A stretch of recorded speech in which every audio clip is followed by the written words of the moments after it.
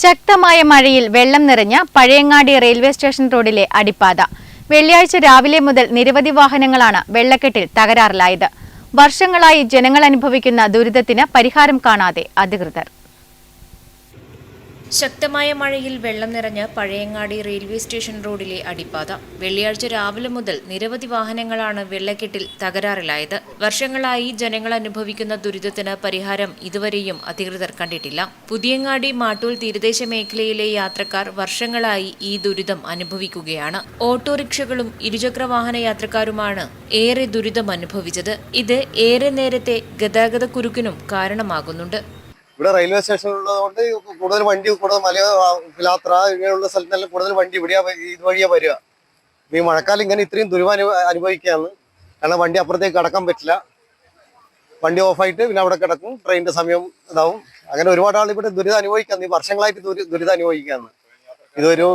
ഒരുപാട് വർഷങ്ങളായി ഇത് ഇങ്ങനെ നേതാക്കന്മാരും രാഷ്ട്രീയക്കാരും വന്ന് നോക്കിയിട്ട് ഇങ്ങനെ പോകുന്നതല്ലാണ്ട് ഇതിനൊരു പരിഹാരം ഇതുവരെ കണ്ടിട്ടില്ല. അടിയന്തരമായി പ്രശ്നത്തിന് പരിഹാരമുണ്ടാകണമെന്നാണ് നാട്ടുകാരുടെ ആവശ്യം. Network news, Pazhayangadi.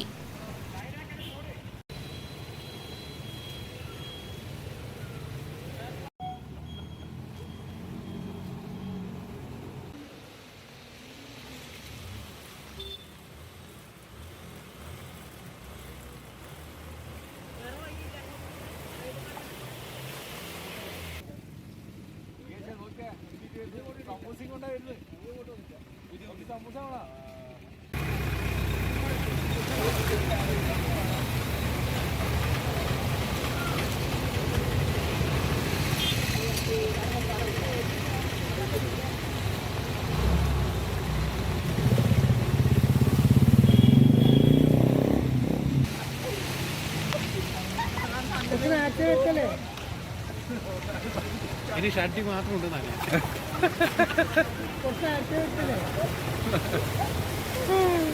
അയ്യോ